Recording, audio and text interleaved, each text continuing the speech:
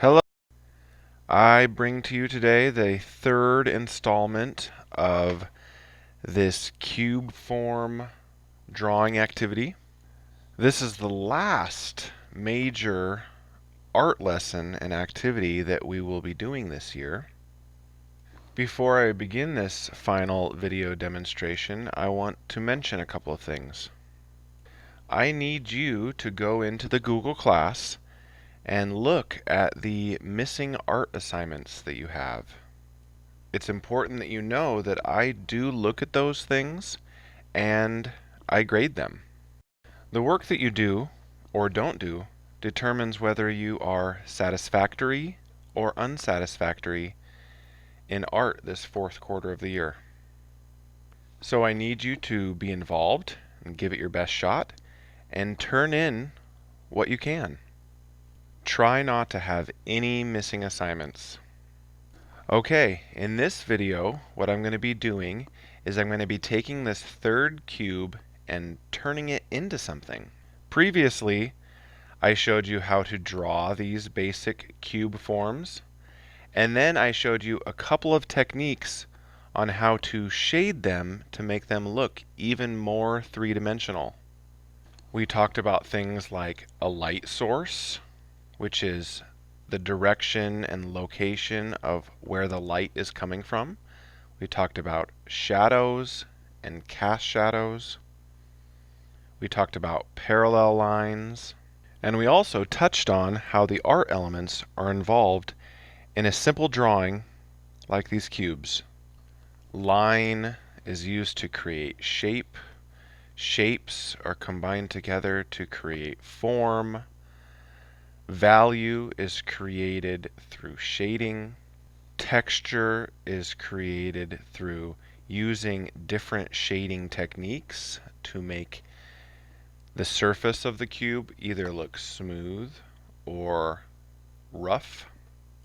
And we created space by making it look like these cubes were really taking up a three-dimensional area of space. The only art element that we didn't use was color.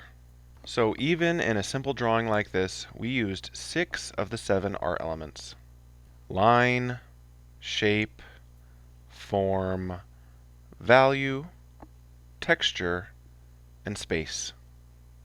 Now we're getting into what the real point of doing any of that actually was.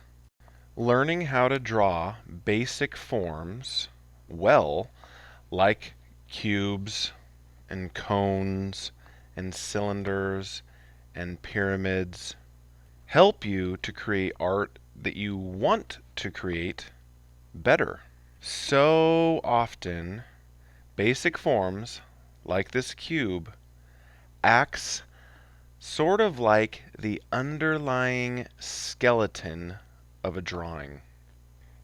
It's the structure upon which I can add a whole bunch of details to make it into something that I want to make, and make that thing be more interesting and creative and believable.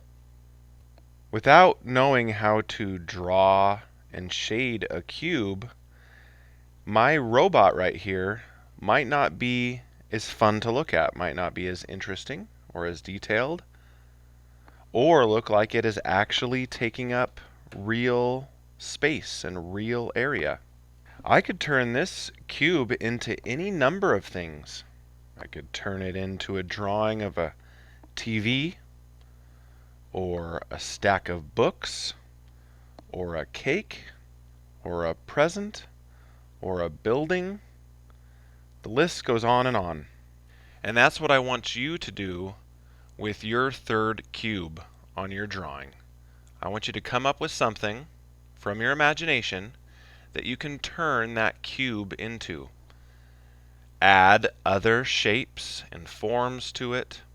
Add other details. Add shading, like I have. And when you do, think about the light source again. It might be a little bit hard to figure out where shadows are supposed to go, but when you think about the light source, it helps you figure out the direction of shadows and which sides of things should be darker and which sides of things should be lighter. You can use different techniques to shade as well. You can shade using smooth shading, like I did with the first cube, or you can use cross-hatching, like I did with the second cube. Again, when you create your drawing, here's what I would like you to try. Turn the cube into something creative by adding other things to it. Add as many details as you can think to add.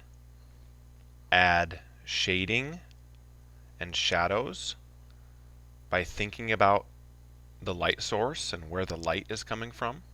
I want you to try to practice careful control when drawing your lines and your details and when you're applying your shading. Put the lines and the shading and the details exactly where you intend to. Think about how it looks. Think if it looks good or not. And if it doesn't, make changes. Again, I'm going to try and encourage you guys to make sure that you actually turn in this drawing. It doesn't need to be perfect. That's pretty much impossible for us. You just need to give it a good, solid effort, and then make sure that you actually turn it in. Don't let there be any missing assignments, including this one. And once again, go back to the Google Classroom and make sure you have turned in all of your art assignments. Just in case you feel like your work is not good enough or complete enough to turn in, please just fight that feeling and turn it in anyways. It is far better to turn in something, even if it's not your best work. Because remember, some points are better than no points. Turning in something is better than turning in nothing. Lastly, make sure that you fully read directions that will be included in the assignment in the Google Classroom. It might have details that I haven't included in this video. Alright guys, good luck. I look forward to seeing what you guys come up with.